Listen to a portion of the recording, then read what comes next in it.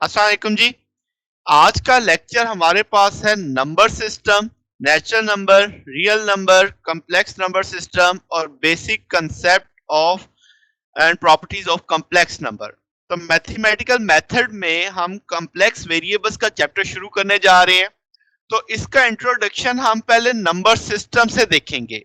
चूंकि complex number के जिक्र आता है तो पहले हमें कुछ नंबर सिस्टम का आइडिया होना चाहिए। तो जिसमें हम देखेंगे नेचुरल नंबर्स क्या होते हैं, रियल नंबर्स क्या होते हैं, फिर कॉम्प्लेक्स नंबर क्या है, इसकी जरूरत क्यों पेश आती है, फिर हम कॉम्प्लेक्स नंबर्स के कुछ बेसिक कंसेप्ट्स देखेंगे और फिर प्रॉपर्टीज देखेंगे जो आने वाले वक्त में हम इस्तेमाल करेंगे। ठीक होगी बात। तो शुरू करते हैं जनाब आज का लेक्चर। तो सबसे पहली जो हेडिंग है that is number system. Number system जो आजकल हम देखते हैं ये ग्रेजुअली डेवलप होते होते यहां तक पहुंचे जिसमें नेचुरल नंबर आ जाता है। इसमें सेट ऑफ इंटीजर्स हम स्टडी करेंगे, अभी पढ़ेंगे थोड़ी देर में।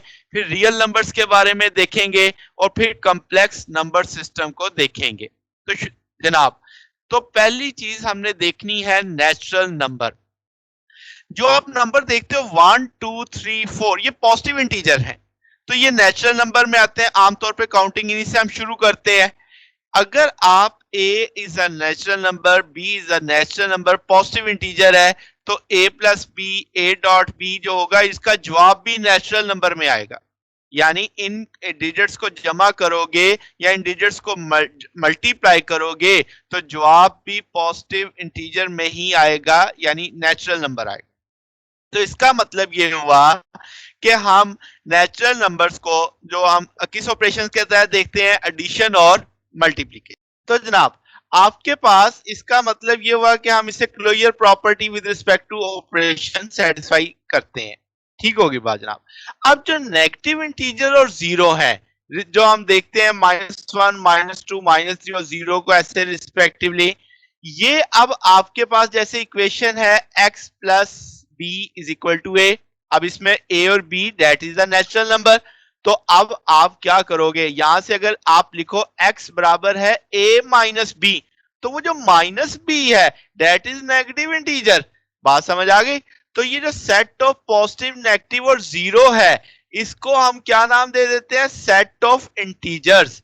बात समझ आ गई। तो आपके पास इसको हम किसके तहत देख रहे होते हैं, एडिशन, मल्टीप्लिकेशन और सब्ट्रैक्शन के तहत देख रहे होते हैं। तो जनाब, ये आपका थोड़ा सा तारुफ हुआ किसके साथ, नेचुरल नंबर्स के साथ हुआ। अब जनाब जो अगली चीज हमने देखनी है दैट इज रियल नंबर। अब आपके पास जो रैशनल और इरेशनल नंबर होते हैं इनका जो सेट बनता है that is called set of real number. ठीक होगी बात। मगर अगर मैं एब्सोल्यूट वैल्यू की बात करूं रियल नंबर की, तो वो या जीरो से ग्रेटर होगा अगर पॉजिटिव है, अगर नेगेटिव है तो लेस देन जीरो होगा, और या फिर जीरो के बराबर होगा। ये हम एब्सोल्यूट वैल्यू की बात कर रहे हैं। तो मैंने एक लफ्ज बोला रैशनल और इरेशनल नंबर, ये क्या होते हैं। रैशनल नंबर या फ्रैक्शन जिसे हम कहते हैं 7/8 -8/5, ये अब आपको जैसे x बराबर आ जाएगा a डिवाइडेड बाय b, और a भी आपके पास इंटीजर है, b भी इंटीजर है, b जीरो नहीं होना चाहिए इस केस में। तो सेट ऑफ रैशनल नंबर को हम किसके तहत पढ़ते हैं, एडिशन के तहत, सब्ट्रैक्शन, मल्टीप्लिकेशन और डिवीजन। जब डिवीजन जीरो नहीं होनी चाहिए बस, यानी आपके पास जीरो वाला केस हम इसमें शामिल नहीं करते। तो दैट इज रैशनल नंबर्स या फ्रैक्शन जिसे बोल लो। इरेशनल क्या होते हैं, जैसे स्क्वायर रूट 2, जैसे पाई। आप इनको बटे की फॉर्म यानी a बाई बी की फॉर्म में रिप्रेजेंट नहीं कर सकते। यहाँ पे भी a आपका इंटीजर है, b इंटीजर है और b जीरो नहीं है। तो जनाबे वाला, तो अब आपको अंदाजा हो रहा है रैशनल नंबर और इरेशनल नंबर ये मिलके क्या कहलाते हैं, रियल नंबर कहलाते हैं। तो जनाब, अब अगली जो चीज हमने देखनी है दैट इज कॉम्प्लेक्स नंबर। तो कॉम्प्लेक्स नंबर में क्या है, अब कॉम्प्लेक्स नंबर में भी a प्लस बी अयोटा। तो आपके पास a और b यहाँ पे रियल नंबर है, अयोटा बेसिकली इमेजिनरी यूनिट है। तो आपके पास अयोटा स्क्वायर इक्विवेलेंट होता है किसके, -1 के। अयोटा बराबर ले लेंगे स्क्वायर रूट -1 के। यहाँ पे a को रियल पार्ट मानेंगे और b अयोटा को हम इमेजिनरी पार्ट मानेंगे। बात समझ आ गई। तो आपके पास क्या है जनाब कि आप इस जगह पे अगर z बराबर लिख देते हो a प्लस अयोटा b, तो a यहाँ पे real part of complex number है, b यहाँ पे imaginary part of complex number है, z यहाँ पे स्टैंड करता है कॉम्प्लेक्स नंबर के लिए। तो ये जो सारा सिंबल होगा ये हम कॉम्प्लेक्स वेरिएबल के तौर पे इसे देखेंगे। तो बात समझ आ रही है जनाब? तो आपके पास अब इसकी जरूरत क्यों पड़ी? जैसे ये पॉलिनोमियल इक्वेशन है, इसका जब आप सॉल्यूशन देखने जाओगे तो आपके रियल नंबर में नहीं आएगा। तो इसको समझिए, इस जैसी दूसरी इक्वेशनों को समझने के लिए हमें किसकी जरूरत पड़ती है? कॉम्प्लेक्स नंबर की जरूरत पड़ती है। तो अब आपको समझ आ रही है कि कॉम्प्लेक्स नंबर की जरूरत हमें क्यों पड़ेगी, क्योंकि कुछ पॉलिनोमियल इक्वेशंस के सॉल्यूशन रियल नंबर में मेंशन नहीं दिए आ सकते, तो उसके लिए हमें जरूरत पड़ती है किसकी? कॉम्प्लेक्स नंबर्स की। अब हम कुछ बेसिक कंसेप्ट देखते हैं किसके जनाब? कॉम्प्लेक्स नंबर्स के, इसकी कुछ प्रॉपर्टीज देखेंगे। अगर दो कॉम्प्लेक्स नंबर आपके पास हो, जैसे a प्लस अयोटा बी और c प्लस अयोटा डी, अगर आप इनको इक्वल मानो तो ये इक्वल सिर्फ उस सूरत में होंगे अगर a बराबर हो जाए c के और b बराबर हो जाए d के। बात समझ आ रही है? इफ एंड ओनली इफ, यानी रियल पार्ट के बराबर हो, इमेजिनरी पार्ट के बराबर हो, तब दो कॉम्प्लेक्स नंबर्स को हम आपस में इक्वल मानेंगे। ठीक होगी बात? तो आपके पास जो a है, अगर आप इसे सबसेट ऑफ कॉम्प्लेक्स नंबर मानोगे, अगर b जीरो हो जाता, यानी इस केस में b जीरो हो जाता, तो आपके पास a प्लस अयोटा जीरो आता। तो अब a आपके पास क्या होता? सबसेट होता किसका? कॉम्प्लेक्स नंबर का। अच्छा, ये बात आगे जाके फिर दोबारा भी देखेंगे। तो आपके पास कॉम्प्लेक्स कॉन्जुगेट या सिंपल कॉन्जुगेट क्या होगा? अगर a प्लस अयोटा b है तो वो a माइनस अयोटा b आ जाएगा। तो इसे हम complex conjugate of complex number बोलेंगे। तो इसे आमतौर पे किससे जाहिर किया जाता है? z के ऊपर एक बार डाल दी जाती है या z के ऊपर एक हिस्टेरिक डाल दिया जाता है। बात समझ आ गई? यानी इमेजिनरी पार्ट, अगर आपके पास एक कॉम्प्लेक्स नंबर है और आपसे उसका कॉन्जुगेट पूछा जाए, तो आप उसके इमेजिनरी पार्ट के साथ क्या लगा दोगे? माइनस, यानी प्लस की जगह कर दोगे माइनस, तो डेट इज कॉन्जुगेट हो जाएगा। अच्छा, अब अगर आप उनको मुख्तलिफ, जब आप इसके ऑपरेशंस देखेंगे, जब आप इसकी प्रॉपर्टीज देखेंगे, तो उसमें अयोटा स्केयर आएगा। तो अयोटा स्केयर को हम तब्दील कर देंगे किससे? -1 से। ठीक होगी बात? अगर मैं एडिशन स्टडी करता हूं दो कॉम्प्लेक्स नंबर्स की, a plus B iota c plus D iota, तो आपने ब्रैकेट ओपन कर दी, फिर आपने रियल पार्ट को रियल पार्ट में ऐड करना है, इमेजिनरी पार्ट को इमेजिनरी पार्ट में ऐड करना है। सब्ट्रैक्शन कैसे स्टडी करेंगे? तो सब्ट्रैक्शन दो कॉम्प्लेक्स नंबर्स की ब्रैकेट ओपन करेंगे, नेगेटिव अंदर चला जाएगा, फिर भी रियल पार्ट के साथ सब्ट्रैक्ट होगा, इमेजिनरी पार्ट से सब्ट्रैक्ट होगा। ठीक होगी बात? अब अगर मल्टीप्लिकेशन देखें तो मल्टीप्लिकेशन में दो कॉम्प्लेक्स नंबर मल्टीप्लाई हो रहे हैं, तो आप सादा मल्टीप्लिकेशन करोगे, ए सी से भी मल्टीप्लाई होगा, ए डी आई से भी मल्टीप्लाई होगा, बी अयोटा सी से भी मल्टीप्लाई होगा, बी अयोटा डी अयोटा से भी मल्टीप्लाई होगा। तो यहाँ पे तो अयोटा स्केयर आ गया, अयोटा स्केयर -1 होता था, तो क्या इसे माइनस बी डी कह सकते हैं? तो ये तो रियल नंबर बन गया। तो इसका मतलब रियल नंबर इकट्ठे कर दिया, इमेजिनरी नंबर इकट्ठे कर दिए आपने, इमेजिनरी पार्ट इकट्ठा कर दिया आपने। तो रियल पार्ट अलग कर दिया, इमेजिनरी पार्ट अलग कर दिया। अब अगर डिवीजन देखी जाए तो अब आप डिवीजन कैसे करोगे दो कॉम्प्लेक्स नंबर्स की? तो आपके पास a plus B iota divided by c plus D iota है। तो आपने क्या, इसमें कंडीशन ये है कि c भी जीरो नहीं होना चाहिए, d भी जीरो नहीं होना चाहिए, तो तब हम डिवाइड कर पाएंगे दो कॉम्प्लेक्स नंबर्स को। ओके, अब आपके पास a plus B iota c plus D iota के साथ आपने कॉन्जुगेट से मल्टीप्लाई भी कर दिया, डिवाइड भी कर दिया। किसका conjugate? c plus D iota का। बात समझ आ गई?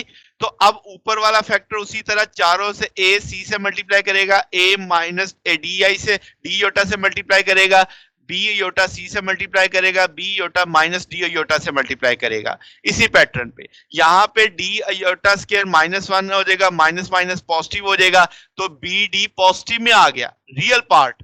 तो ये ए सी और बी डी ऐड हो जाएंगे, रियल पार्ट बन जाएगा। और इसी तरीके से योटा कॉमन लेके आप इसका इमेजिनरी पार्ट ले लोगे।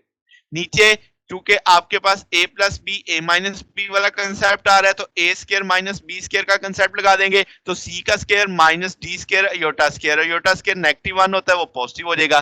तो इस तरीके से अब ये जो जवाब आया आपके पास ये बेसिकली डिवीजन का जवाब है। तो ये नीचे वाला फैक्टर इस फैक्टोरियल पार्ट को भी डिवाइड करेगा, इमेजिनरी पार्ट को भी डिवाइड करेगा, तो दोनों को अलग अलग करके लिख दिया।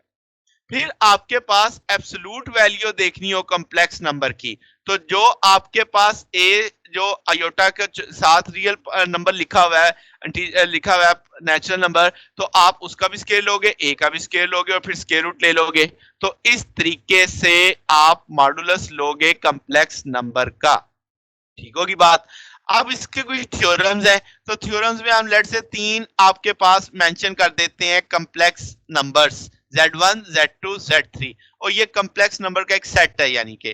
तो आपके पास क्लोजर लॉ क्या होता है कि Z1 प्लस Z2 यानी सम प्रोडक्ट Z1 Z2 ये उसी कॉम्प्लेक्स नंबर से बिलोंग करेंगे, मतलब Z1 प्लस Z2 का जवाब भी कॉम्प्लेक्स नंबर आना चाहिए, Z1 Z2 की मल्टीप्लीकेशन भी कॉम्प्लेक्स नंबर आना चाहिए। तो ये चीज आपके पास क्या कहलाती है, क्लोजर लॉ कहलाती है। तो समझ आ रही है बात कि आपके पास सम हो या प्रोडक्ट हो, जवाब आपका कॉम्प्लेक्स नंबर ही आना चाहिए। ठीक होगी बात। अब आपके पास क्या है जनाब कि आपके पास कम्यूटेटिव लॉ ऑफ एडिशन है कि दो कॉम्प्लेक्स नंबर अगर ऐड होते हैं, अगर आप उनका ऑर्डर चेंज भी कर दें तो कोई फर्क नहीं पड़ेगा। फिर हम देखेंगे एसोसिएटिव लॉ ऑफ एडिशन, तो आपके पास 3 कॉम्प्लेक्स नंबर है, किसी दो को ऐड करके थर्ड में ऐड करेंगे, ऑर्डर चेंज भी कर दें तो कोई फर्क नहीं पड़ेगा। कम्यूटेटिव लॉ ऑफ मल्टीप्लीकेशन है, Z1 Z2 से मल्टीप्लाई करे या Z2 Z1 से मल्टीप्लाई करे कोई फर्क नहीं पड़ेगा। एसोसिएटिव लॉ ऑफ मल्टीप्लीकेशन है, कोई से 3 कॉम्प्लेक्स नंबर आपस में मल्टीप्लाई हो रहे हैं, ऑर्डर चेंज कर दे, पहले किसने किससे ज़रब खानी है कोई फर्क नहीं पड़ेगा, जवाब आपका सेम आएगा।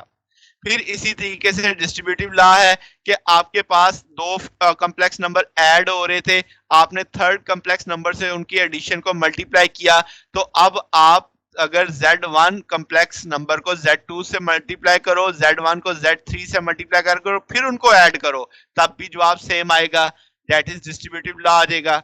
अब जरा समझो कि जीरो ये आइडेंटिटी है विद रिस्पेक्ट टू एडिशन। क्या मतलब कि अगर आप कॉम्प्लेक्स नंबर में जीरो ऐड करते हो या जीरो में कॉम्प्लेक्स नंबर ऐड करते हो, जवाब वही वाला कॉम्प्लेक्स नंबर आएगा। तो अगर आपके कॉम्प्लेक्स नंबर पे कोई फर्क नहीं पड़ रहा एडिशन करके, तो वो फैक्टर यानी जीरो वो आइडेंटिटी है विद रिस्पेक्ट टू एडिशन, इसे हम जीरो को आइडेंटिटी बोलेंगे विद रिस्पेक्ट टू एडिशन। इसी तरीके से 1 ये आइडेंटिटी है विद रिस्पेक्ट टू मल्टीप्लीकेशन, यानी अगर आप कॉम्प्लेक्स नंबर को 1 से मल्टीप्लाई कर दो या 1 को कॉम्प्लेक्स नंबर से मल्टीप्लाई कर दो, जवाब वही कॉम्प्लेक्स नंबर आ जाए। तो ऐसी सूरत में इसका ना आपके कॉम्प्लेक्स नंबर पे कोई फर्क नहीं पड़ा, तो 1 इज आइडेंटिटी। तो आपके पास ये आइडेंटिटी किसके लिहाज से है, यानी विद रिस्पेक्ट टू मल्टीप्लीकेशन है। बात समझ आ गई। तो जीरो आपके पास आइडेंटिटी है किसके लिहाज से, जीरो आपकी आइडेंटिटी है एडिशन के लिहाज से, और 1 आइडेंटिटी है मल्टीप्लीकेशन के लिहाज से। अच्छा, inverse of Z1 with respect to addition, यानी Z1 में आप एक चीज जमा करो, कोई कॉम्प्लेक्स नंबर जमा करो और जवाब जीरो आ जाए, तो वो जो कॉम्प्लेक्स नंबर आपने जमा किया जिससे जवाब जीरो आया, that is inverse of Z1। बात समझ रहे हैं। अब यहाँ पे Z जो होगा वो क्या मुमकिन है, वो that is equal to minus Z1 होगा, तभी आपका जवाब क्या आएगा, जीरो आ जाएगा। तो जो कॉम्प्लेक्स नंबर में कोई कॉम्प्लेक्स नंबर ऐड करें और जवाब जीरो आ जाए, तो वो वाला कॉम्प्लेक्स नंबर पहले वाले कॉम्प्लेक्स नंबर का क्या कहलाएगा, इनवर्स कहलाएगा विद रिस्पेक्ट टू एडिशन। इसी तरीके से inverse of Z1 with respect to multiplication, यानी Z1 से आपने एक और कॉम्प्लेक्स नंबर को मल्टीप्लाई किया, जवाब 1 आ गया, तो अब आपके पास वो जो दूसरे वाला कॉम्प्लेक्स नंबर जिससे मल्टीप्लाई किया जवाब 1 आया, वो हकीकत में क्या होना चाहिए, वो 1 बाई Z1 होगा या Z1 इनवर्स हो जाएगा। जब आप इनको मल्टीप्लाई करोगे जवाब 1 आ जाएगा। तो वो कॉम्प्लेक्स नंबर जिसको Z1 से जरब दें और जवाब 1 आ जाए, that is inverse of Z1 with respect to multiplication होगा।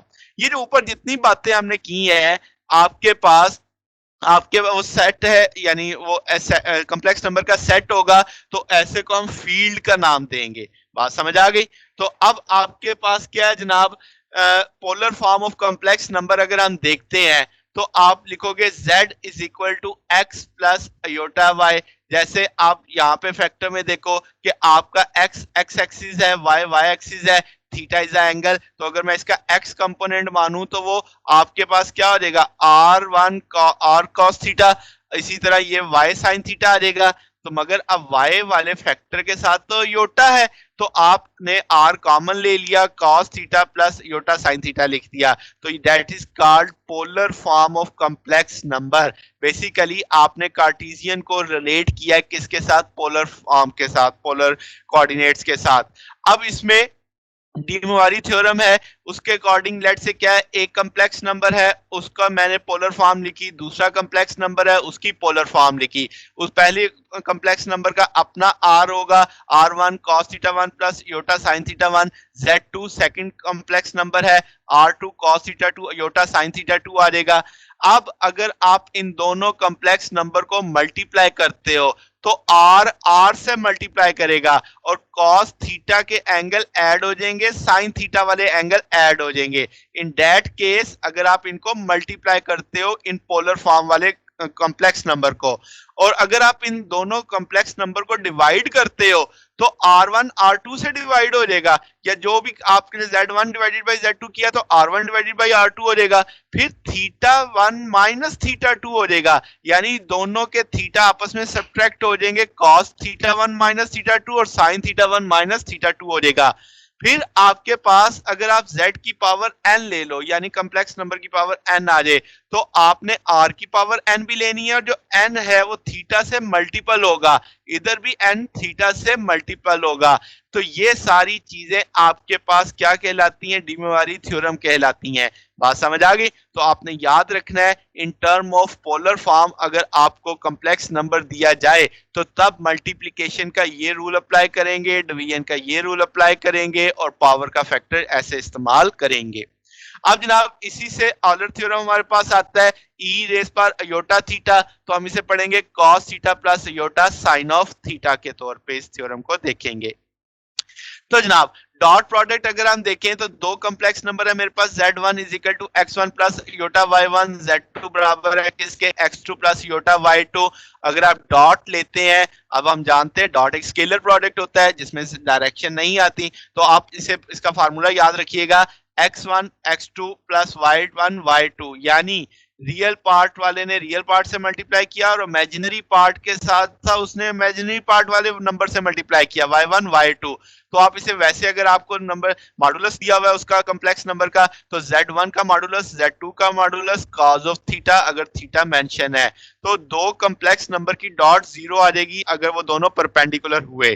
फिर अगर आपसे z1 की प्रोजेक्शन पूछी जाए z2 पे, तो इसी फार्मूले से आप सोच सकते हैं कि z1 बराबर आ जाएगा किसके, z1 dot z2 divided by z2 का मॉडुलस आ जाएगा आपके पास। तो जनाब अगर क्रॉस प्रोडक्ट की बात की जाए तो दो कॉम्प्लेक्स नंबर है, उसी तरीके से क्रॉस प्रोडक्ट का मैग्नीट्यूड सिर्फ डिस्कस हो रहा है। तो अब जरा फार्मूला देखो, x1 y2 minus y1 x2, यानी एक तरह से क्रॉस हो रहा है कि x1 मल्टीप्लाई हो गया किससे, y2 से, और y1 मल्टीप्लाई हो गया किससे, x2 से। तो जनाब आप इसको अगर मॉडुलस गिवन है दोनों कॉम्प्लेक्स नंबर के, तो z1 z2 sin थीटा आ जाएगा आपके पास। Cross of complex number zero हो सकती है अगर दोनों पैरेलल होंगे। फिर एरिया ऑफ पैरेललोग्राम अगर कॉम्प्लेक्स फॉर्म में साइड्स आ गई z1 z2, तो आप उनकी क्रॉस लेके उसका मैग्नीट्यूड ले लोगे, मॉडुलस ले लोगे। तो जनाब ये आज के दिन आपने देखा कि नंबर सिस्टम्स में क्या है, फिर हमें कॉम्प्लेक्स नंबर की जरूरत क्यों पड़ी, कॉम्प्लेक्स नंबर क्या होते हैं, हमने कॉम्प्लेक्स नंबर के चंद बेसिक कंसेप्ट देखे, फिर हमने देखा कॉम्प्लेक्स नंबर्स के जो ऑपरेशंस हैं वो हमने देखे कि किस तरीके से इन फ्यूचर हम कॉम्प्लेक्स नंबर्स को इस्तेमाल करेंगे। तो आज का लेक्चर बहुत इंपॉर्टेंट है इस लिहाज से कि ये सारी बातें इन फ्यूचर कहीं ना कहीं रिपीट होती जाएंगी, तो बहुत इंपॉर्टेंट है, इस सारे को थॉरोली देख लीजिएगा। अगर कोई बात इसमें पूछने वाली हो तो कमेंट्स कर सकते हैं। वीडियो पसंद आई हो तो वीडियो को लाइक कीजिएगा, दोस्तों के साथ शेयर कीजिएगा, चैनल को भी सब्सक्राइब कर दीजिएगा। आज के लिए बस इतना ही, बकिया इंशाल्लाह फिर कल देखेंगे। ओके, अल्लाह हाफिज।